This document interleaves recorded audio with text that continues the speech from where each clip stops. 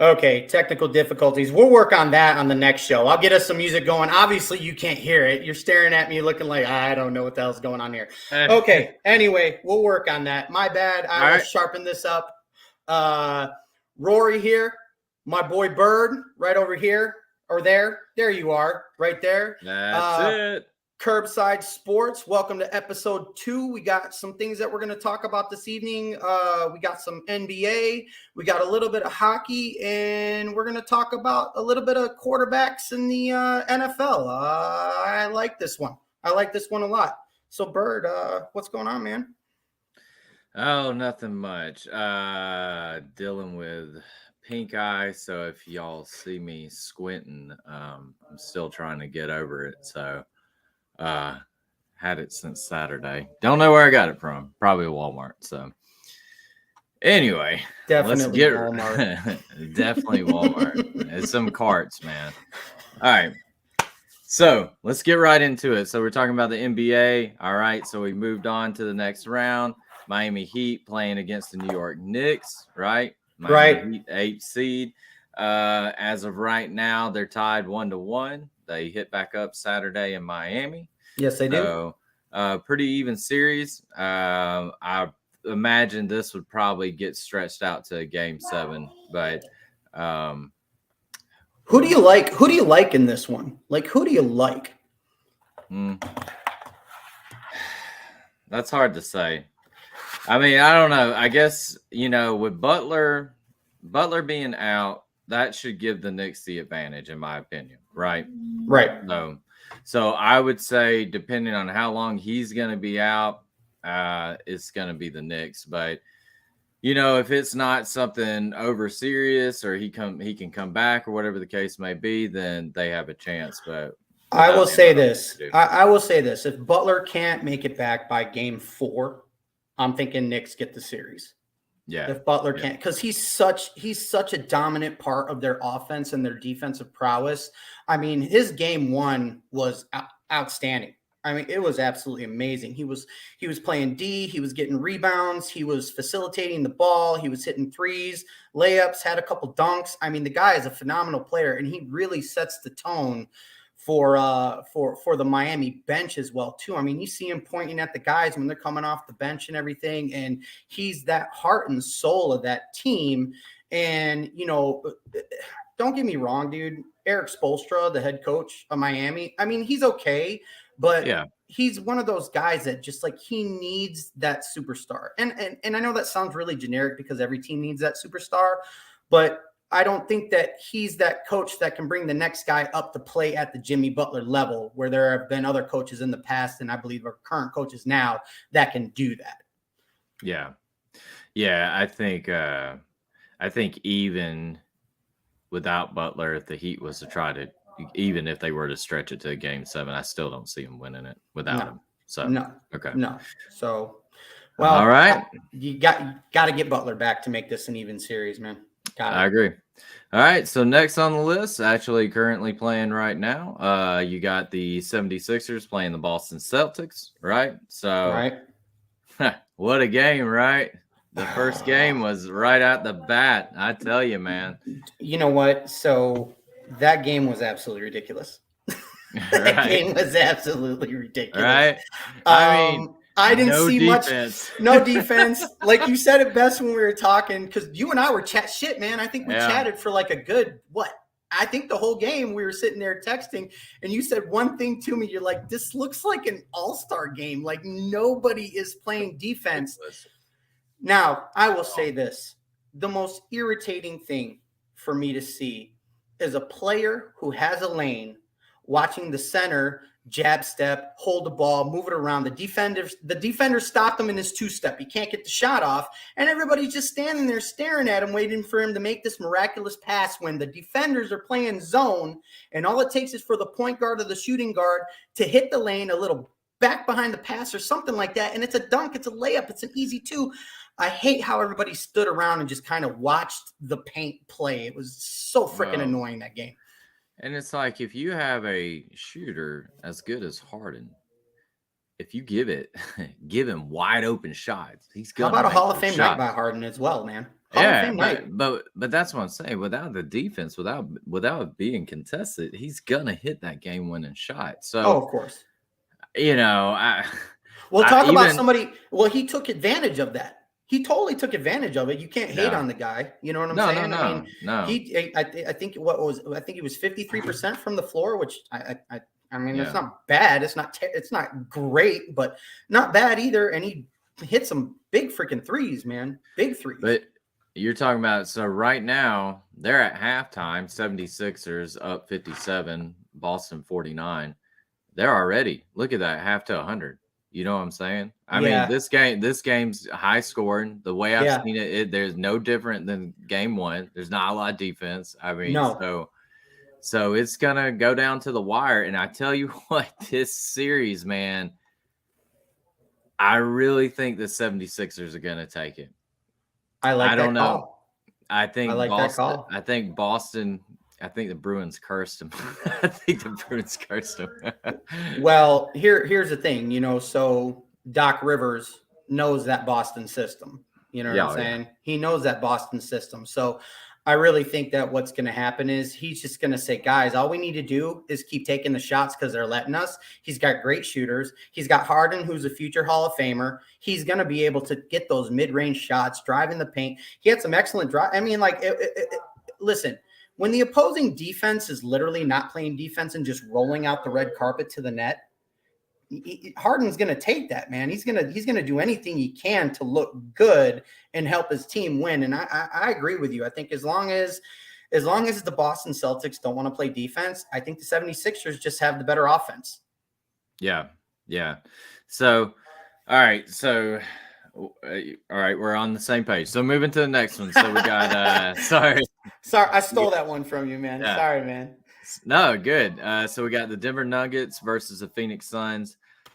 So far it's been pretty much, I mean, the Nuggets kind of 2 games, both wins, well, I think by 10 points or more. Yeah, so you had Denver over Phoenix 125-107 and Denver over Phoenix 97-87. So yeah, I mean, Yeah, Nuggets come in at the number 1 seed. Djokovic, I mean, I don't really see the Suns. Plus, I think Chris Paul may still be injured. So I believe so. Jokic, like, I mean, the guy is what? A freak of nature, man. Freak of nature to be that tall, have that touch, yet still be aggressive on defense, be able to drop threes like dimes. Yeah, I mean, just seamless shots. And even if you contest them, you have to, as a defender, dude, the guy's 7 foot whatever. And even as a defender to come out and challenge that, you have to time your jump just perfectly because his shot is coming off so high already. I mean, it's a redonkulous shot to try and block, and he's nailing threes like it's going out of style. So he's clearly the leader of that team. He is carrying those guys. I mean, but they're feeding off of him. I mean, which they have all season too. So right. I mean, that's why I said I just don't see the Suns. I mean, maybe they get a game in, but this could possibly be a sweep too. I'm thinking sweep as well too, unless Phoenix can slow him down. He's the most athletic big man since geez, Pete. I haven't seen anybody this big have touch like that and be able to be a threat in the paint defensively. I've never seen that go hand in hand before. I mean, the guy's he's a physical freak. He's just a freak. Yep. All right. So next, your boy LeBron. He went off. Bro, he went off. Okay. Everybody knows I can't stand LeBron. Everybody knows. Okay. And every single episode, man, I can't stand this guy.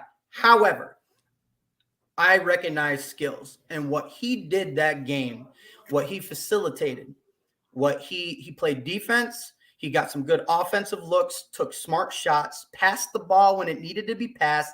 He did not try to take the game over. He let the game come to him and got what he could. And I respect that. I really, really do. Do I like his antics some of the times? Absolutely. Do I think he should have said he was the greatest of all time? No, nobody should ever freaking say that. However, Skills recognize skills, and I got the skills that pay the bills. And he looked great last night. He did. I give him props. I want him to lose. Yeah, I do. I want them to lose. I hope they lose. They play tomorrow at 9:00 Eastern time. Yeah. You know, you and I talked about, and I'm gonna be a little long-winded on this. You and I talked about they put up 117 points.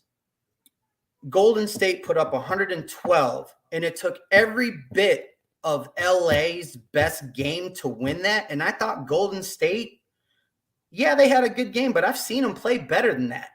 Yeah. And I just think that LA, man, I don't know if they can hold up with that. I don't know if well, you said something about minutes. Go ahead. You had mentioned something to me about minutes with Davis and LeBron.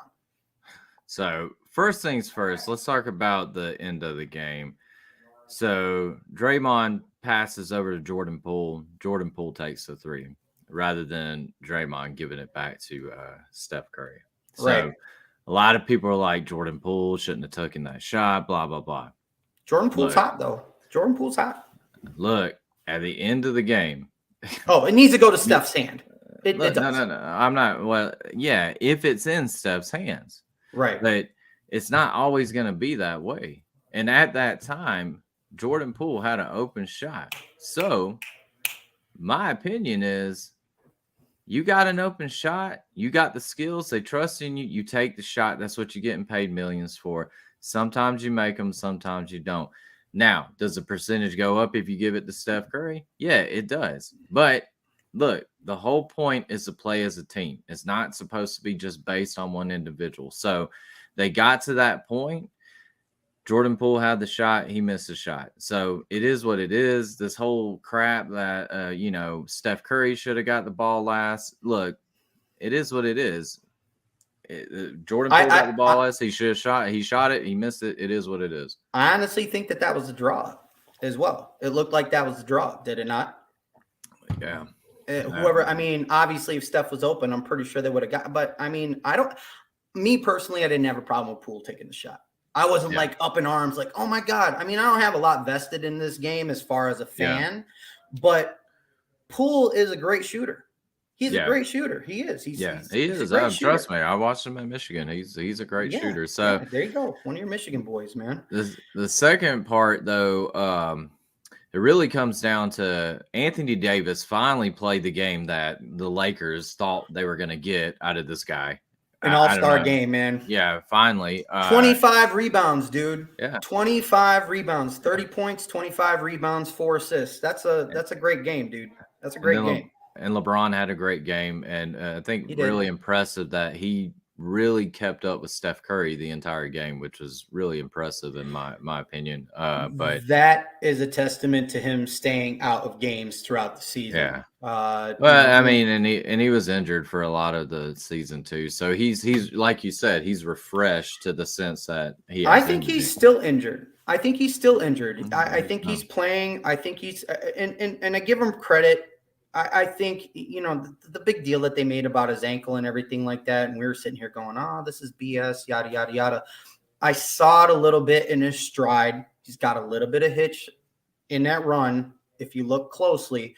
And I think, I don't know what they did as far as treatment for him to be able to play, but I think he's playing injured. So, look, I give him props for coming back and playing injured. I see it. So for the first time, I'm going to go ahead and give him 2 thumbs up. But the next time he flops, whines, cries, whatever his silly childish antics are that I just can't stand as a professional sports fan, you don't want to see that stuff, man, because it takes away from the game. That's my only beef with that guy. That's it. Yeah. That's it. But I think the minutes, though, they played a lot of minutes last night. And when you got 2 guys that have had a history of injuries, you're talking about they have to get through this series, another series. I don't see it happening. So, if the bench doesn't step up for LA, they're not going to win this. Look, the fact is they really shouldn't even win this series anyhow. I mean, I don't. I you know what? I'll put it to you like this: if LA ends up winning Game 2, okay, I can see them taking this. But I honestly feel that Golden State, and I sent this to you earlier. Golden State's going to win Game 2. I don't see LA keeping up that pace the way that they did. I can see Golden State doing that all day long because we've watched them for the last 8 years do this. So I got man, I got Golden State in 6. I do. I got Golden State in 6. I don't think this is going Game 7, like you said. I think LA is going to run out of gas. It's just going to be easy at some point. Oh yeah, I mean, Yeah. yeah. All right, so quickly moving on to NHL. So right now you got the Florida Panthers, who are just on a tear, bro. They got Game 1 up on the Maple Leafs 4-2, so they play tomorrow night. Right. I'm on it. I'm on the Panthers bandwagon, bro. You can't help it, can you? I'm jumping on it. Got to. Oh man, I have no choice. So that's my professional pick is the freaking Panthers because they're the underdog. So if Florida beats Toronto, mhm. you have to really consider Paul Maurice going into next year as one of the top coaches in the NHL. You have to. I mean, you cannot. I mean, what this guy has done, nobody expected Florida to get through the first round. Nobody.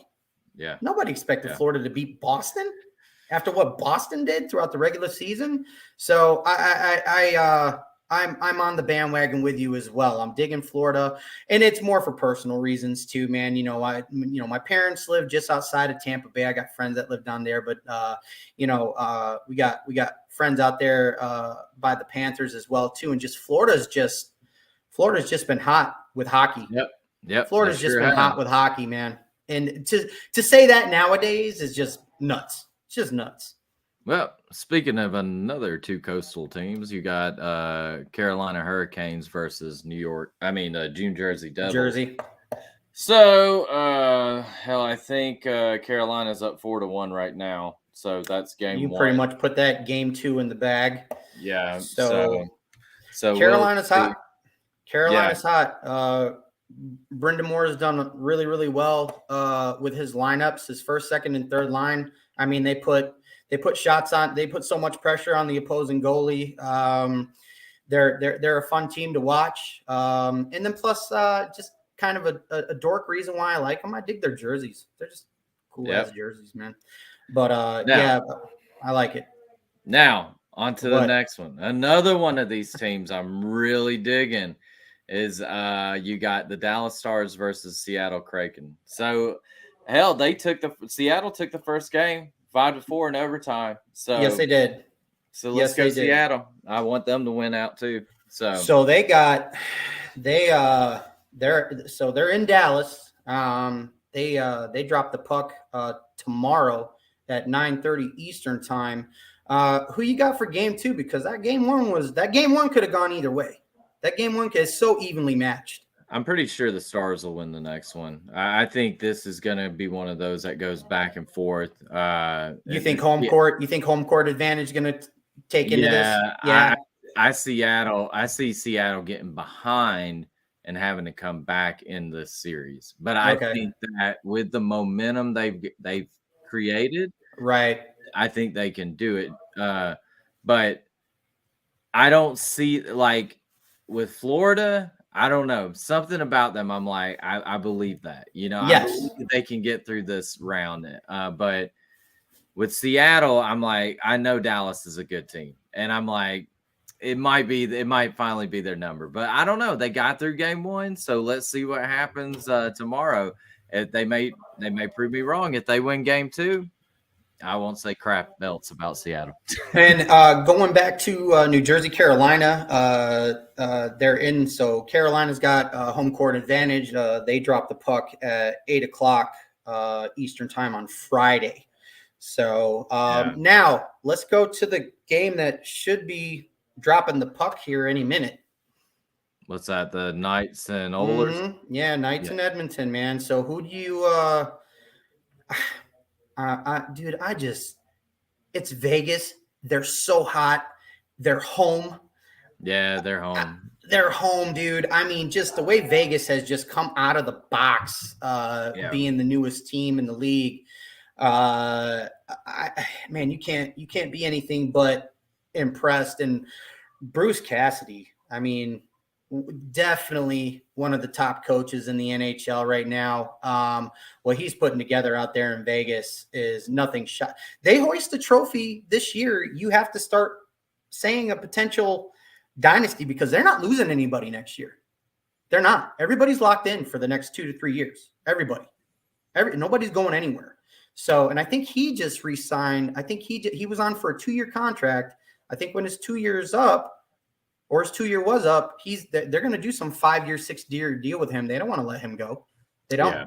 They don't. So I got Vegas. I got Vegas in 6 on this one. I think Edmonton will pull out 2. But just Vegas having home court advantage, the way that they've been playing, I just don't see Edmonton pulling it out. What do you think, man? Yeah, we talked about the crowd last time. I love Vegas. I don't care. Yeah, I'm gonna even if they were the 8th seed, I'd be like Vegas. Dude, or 4th seed. I'm sorry, but dude, Canadians can't handle Sin City.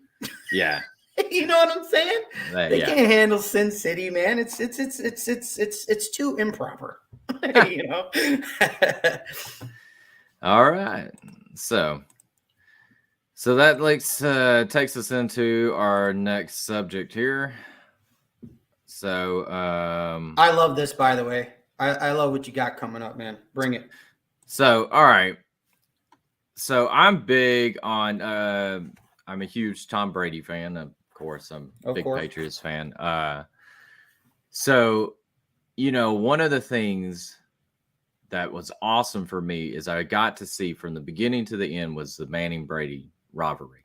And there was nothing like it. No. Like every time the Patriots would play Peyton Manning, it's like crap. It's like, but even though we knew, and it was great though, because we would get Manning, but then Manning would get the Patriots. And really it was a battle of 2 teams, but you had these 2 leaders on these teams. And because these 2 guys were going to give every bit of effort they had to win the game, it elevated everybody else's game. Yes. I've seen Monday night games where freaking Denver was up and freaking Patriots come back and find a way to win the game. I saw games where the Patriots were up on the Colts and then Peyton Manning brings them back and wins. Those 2 even went to Denver, continue the rivalry. It didn't matter. Like Peyton Manning could have went and played in the XFL. Somehow him and Brady were going to find a way to play and continue the rivalry. Yeah. So it brings up a good point because the generation is gone, except for, I think you brought up a good point. Aaron Rodgers is the last one left of that. The last one, man. I can't see him going beyond 2 years in New York. They're going to kill him. So, you know, good luck with that. But the question comes now. You got this new generation of quarterbacks that are in here. Who's the next great rivalry? Like, who is the next Brady Manning? Like, who are we looking forward to every single year now? Because you knew that was on the schedule each year. And the thing is, too, you knew they were most likely going to meet in the playoffs every year, too. So it was like you got to see them 2 times a year play. And both games were epic, you know? So do you want to start this one or you want me to?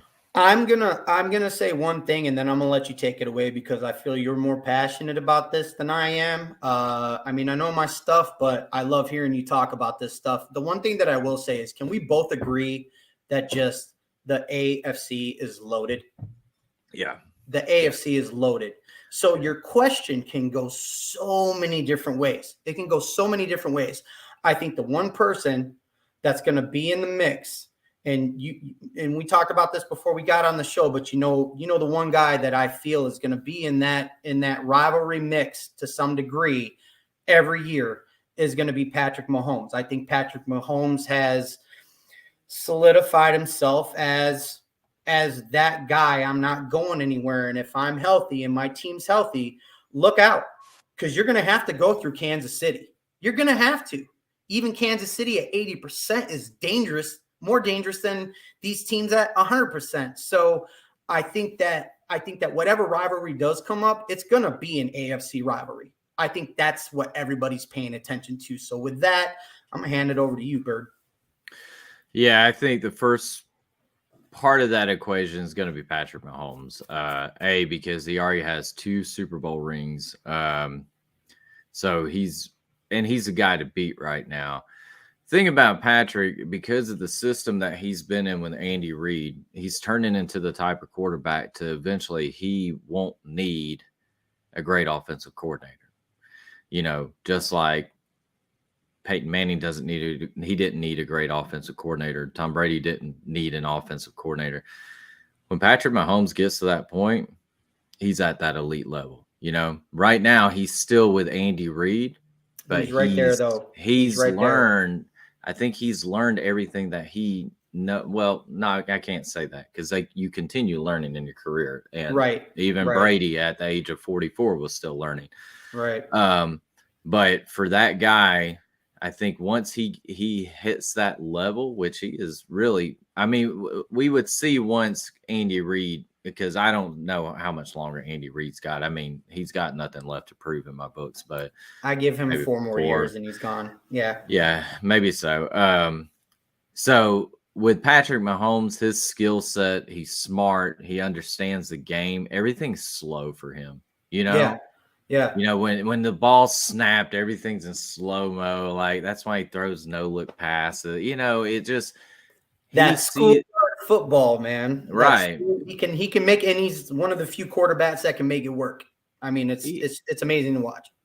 He sees the game like, other people don't see it. Like, he sees things, and that's a part of it right there, is when you can see things and pick it apart. But right. I think the second part of that equation is Joe Burrow. I think he is the guy that that is going to challenge him. And the reason why is because when I watched him play at LSU, I was like, bro, this guy's a pro. Like, he's not a college quarterback. He is a pro quarterback. The way he was fitting balls into holes, the way he was putting deep balls on the money. And I mean, yes, he had help, but still, it wasn't a doubt in my mind when he got to the NFL that he was going to be good. I did not expect them to make it to a Super Bowl as quick as they did. I was thinking maybe this year and they don't make it without him. They don't make it without him. They don't make it. It's not like he's a systematic quarterback. He makes plays. This guy, his 3-step drop, and I got to brag on him for a minute, dude. His 3-step drop and his reading prowess, like you said, the game has already slowed down for him. It's already slowed down for him. So you give him 2, 3, 4 more years, he's going to be, if anybody's going to be the guy, in my opinion, that kind of takes that Tom Brady pocket passer, surgical, I don't care who I got catching the ball, I'm going to make everybody freaking banging around me. I think it's him. I really, really do. I think Mahomes needs some of those big names around him, and they'll get the big names around Joe. I just think Joe can make other players better. I think Mahomes will get better as a quarterback, and like you said, he'll be able to step on into any game and everything slow down, really, really slow down, which enables him to do that kind of, that backyard football that we played as kids. But I still think that you need to keep big names around him. I think Joe can just take you or me and make us look pretty damn good out on a football field. Well, I think with the Bengals, they're starting to learn that you have to build the offensive line. If you do not protect him, he's not going to be able to do anything for you. And to me, I'm like, I never understood why this was such a big mystery. I mean, you look at the Patriots, you look at the Colts, you looked at Denver. The offensive line was the number one thing because you got a slow quarterback back there. Okay. We got to protect this guy no matter what. We have to give him an extra second. Unlike a guy like Patrick Mahomes, where it's like, pew, pew. I'm not having a great day. You can go after him. He'll be fine. You do that to Brady, you're getting benched. You know what I'm saying? without a doubt. You do that to Patrick, he does a spin and throws a ball 50 yards downfield, and he's thanking you. You're like, oh yeah. So, but yeah, I just that's why I'm like, guys, if you have a pocket passer, go build an offensive line, give him time to throw.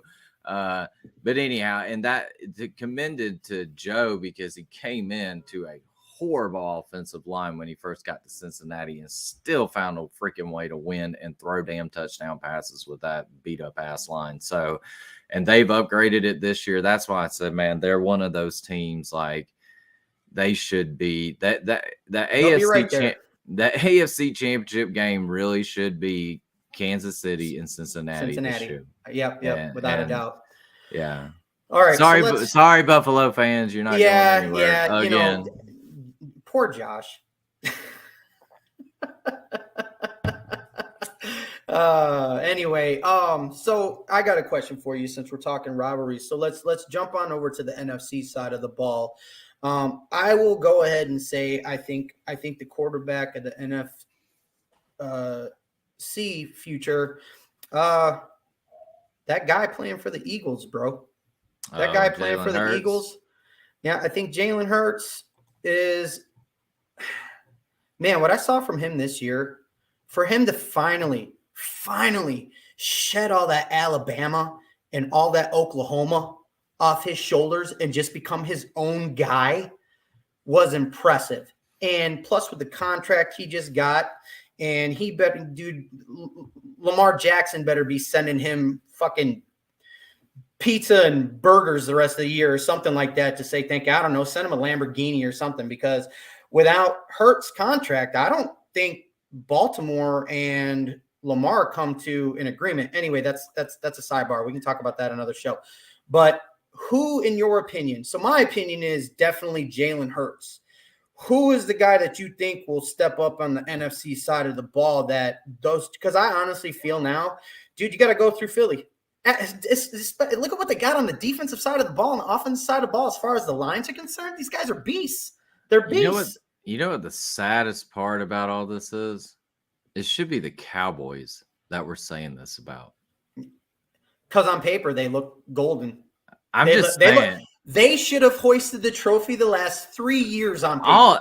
Look, and this is I love hating on the Cowboys, but this is the God's honest truth. How in the hell have they not won a Super Bowl with all the talent that they have drugged through that damn organization?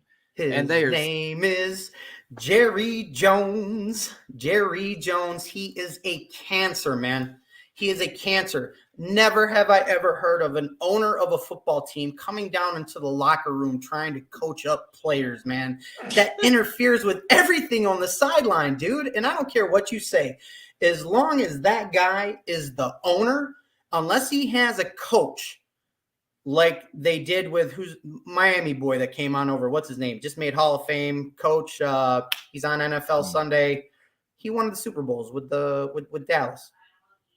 Oh my God. About Jimmy Johnson? Jimmy Johnson. Thank you. Unless you have a Jimmy Johnson that can tell Jerry, dude, stay in the front office, man. Jerry Jones is only bringing in coaches that are yes men. That's the problem.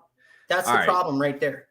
So you asked me, all right, who's the quarterback? And with Jalen Hurts, I think Jalen has exceeded everybody's expectations. Oh, yes. But I still say I still want to see what happens if they're not having to use him as a mobile quarterback. He's just having to use his arm type of deal. Like, because that type of style that he's playing, he got hurt last year. He did.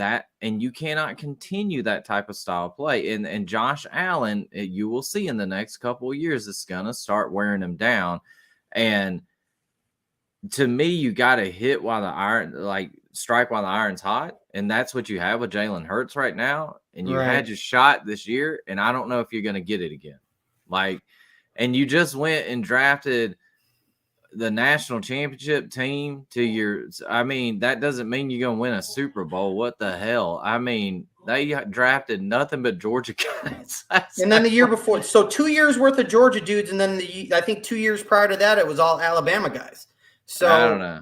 I'm pretty sure. If I'm incorrect about this, I will correct it on the next show. But I will say this right now. I honestly feel that the NFC Championship will be going through the Eagles. I'm not saying every year, but the Eagles are making the playoffs and going deep for a while now. Okay. All right. So let's do this. So who's the NFC? That's my question to you. Well, let's run down this list of damn NFC quarterbacks. You have Dak Prescott for the Dallas Cowboys. You have Daniel Jones for the Giants. Dak should have already won a Super Bowl, in my opinion. Do you real quick on Dak? Do you even think Dallas is going to make a dent next year? It's so hard for me to, and I can't stand Dallas like you. I hate on them all the time, but like I said, they should have been hoisting trophies already. So if it's not Dallas, and I don't know who to pick. That's why I'm deferring to you. Like, I don't know who else in the NFC. Dallas, they have had the same false hope since like 1995. So like this, like it's not happening. It's not happening. I swear to God, if you were to pull up 3 months ago, Dallas blogs, some of the funniest. We're gonna come back. It's gonna be great. Wait till we make it to the playoffs. It'll all make sense. And I'm just like, guys, what the hell are y'all talking about? What are you talking about? It's just not gonna freaking happen. It's so I swear, Bird, just do me a favor. Just pull up 2 blogs. Go back 3 months and read. I will. You'll laugh your butt off. Why Washington? I don't even know who their quarterback is this year. I don't even know. Did they draft? I have no clue. I have no clue either. They had that Heineke guy. I don't know if he's still. I don't know. And who cares? Like Washington's I know he gives a shit about Washington. Nobody cares about Washington. Okay. So go ahead. I think if any team's going to come and challenge Philly, I honestly feel that the only team that really kind of makes sense to me, and I feel that they'll do a much better year this upcoming year, is going to be Minnesota. But then again, I don't see that being a rivalry. You know what I'm saying? I don't see their quarterback being a rivalry to Jalen Hurts. I don't think that there's an NFC quarterback in the NFC. Yes, there is. Who? Yes, there is. Who? Yes, there is. Well, give it to me. He's on the bay. Brock Purdy. It's going to be him. I hear you. And what he's done out there in San Fran has been who else? Who else you got? Has been nothing shy of amazing, but was this a flash in the pan, or is this dude for real? I don't know. I can look at his body of work last year, but I just felt like they were so dominant on defense that it made their offense look terrific. San Francisco was down to their 18th quarterback. Okay.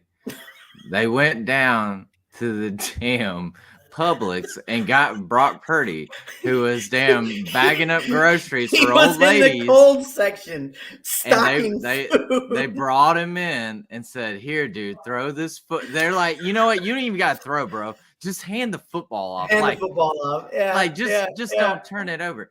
And Brock was like, "Hey, I used to play ball back in college." They're like, "Well, shit, maybe throw 1 or 2 passes a game. That's cool.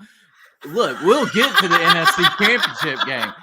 Well, then Brock screws his hand up, and it's like he can't even hand the ball off. And now they're like down to their 25th backup quarterback. And it's like, so what I'm trying to get at, San Francisco made it that far without a quarterback.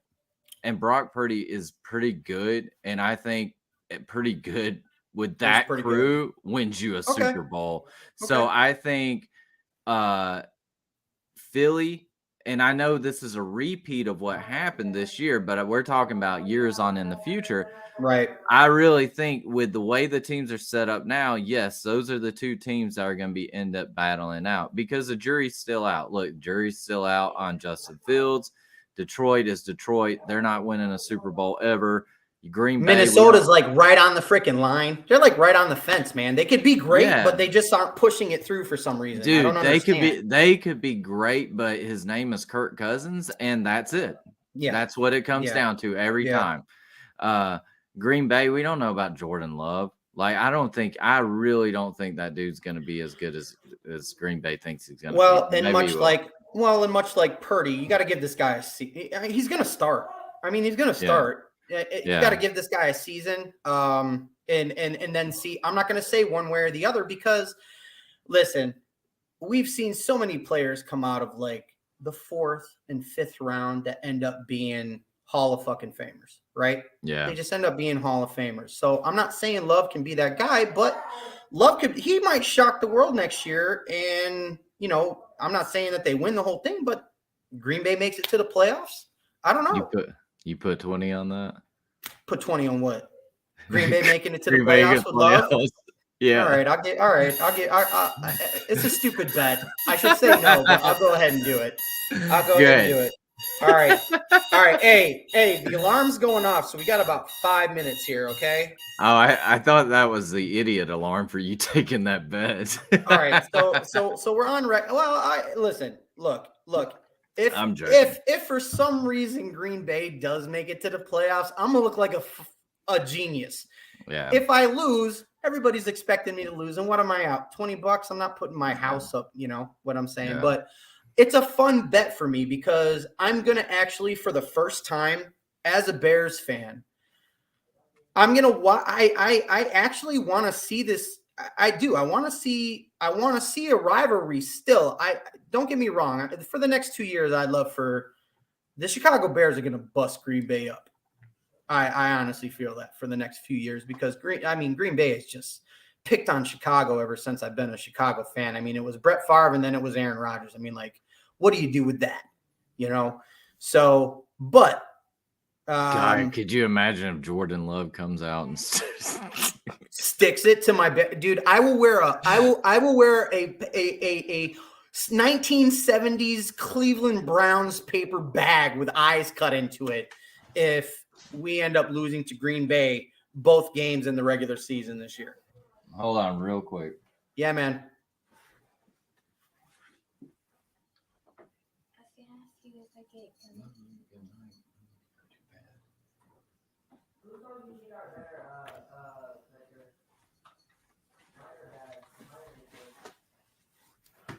All right. Sorry about that. Can you hear me? No problem. Got you, man. All right. So we got about 2 more minutes here, dude. All right. So, oh, man. Boston is up 95-65 in the 4th with 11 minutes. Ooh, they moved ahead. Making it a series. All right. I like it. I do too. So. I like it a lot. Okay, so hey, let's go ahead and recap this. So you got Seattle at Dallas Thursday 9:30. You got Florida at Toronto Thursday at 7. These are all Eastern times. You got New Jersey at Carolina Friday at 8 o'clock. Do you have a beat on that Vegas Edmonton game right now? We're about a half hour into it. Let's see. And while he's looking at that, still 0-0. It's still 0-0. Okay. Yeah. And then Miami Knicks Friday 3:30. Early game. So if you're off that day, go ahead and catch that. And then you got Philly Boston on now, but their next game is 7:30. And then Denver Phoenix Friday at 10, late game. And then Thursday, Golden State and Lakers tip off at 9 Eastern time. And I'm definitely pulling for Golden State on that one. I just going back to that, I just don't think that LA can run with those boys. I don't think so. Next episode, diving into some college football. Ooh, hey, what? So wait. Don't tip me off. What are we gonna be talking about, man? Let's leave them hanging. What do you want to talk about? What do you think? It's all kinds of stuff to talk about. Uh, But I think what we want to start talking about who do we think is gonna be able to push into the top 4 next year? okay. With what we've seen in spring with recruiting, strength of schedule. Okay. Be a good time to start looking at is Georgia going to be able to do a three-peat? Could you see that? It's possible. I know. It's possible. Who in the hell would have thought we would be saying that? It's possible, dude. Real quick, let me give everybody a backdrop on this. I've gotten down. I've lived in Georgia and Alabama since '97. I was stationed at Fort Benning from '97 to 2000, and then I was stationed there from '97 until 2005. But I lived on Fort Benning until 2000 and moved to Phoenix City, Alabama. Every year down here, Georgia fans, this is the year. This is the year. This is it. And it never freaking happened. And for like the first couple of years I was down here, the joke was, who's the mayor of Georgia? Oh, it's Steve Spurrier. Who was the head coach at Florida? That was like the running joke. And for them to do what they've done now with Kirby Smart being a Nick Saban disciple, totally breaking away from Nick's shadow. He is definitely his own coach now. You can't say anything about what Kirby Smart's done in this short microcosm amount of time. Yeah. Anyway, this is for another episode. We're leaving you hanging. Bird, buddy, when are we doing the next one? Wednesday? Yeah, next Wednesday. All right, so I guess we'll just keep this on schedule. So anybody watching this, we'll definitely make sure we get these up and running for you on Wednesdays. Bird, Curbside Sports. Thanks, bud. Peace out. See y'all.